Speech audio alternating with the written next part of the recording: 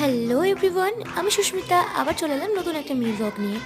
তো এটা হচ্ছে আমার মাসির বাড়ি যাওয়ার ব্লগ। আমার মাসির বাড়ি হচ্ছে কীর্ণাহার। তো তারপর আমরা সোজা ট্রেনে উঠে গেলাম। মানে ট্রেনটা লেট করেছে 1 ঘন্টা।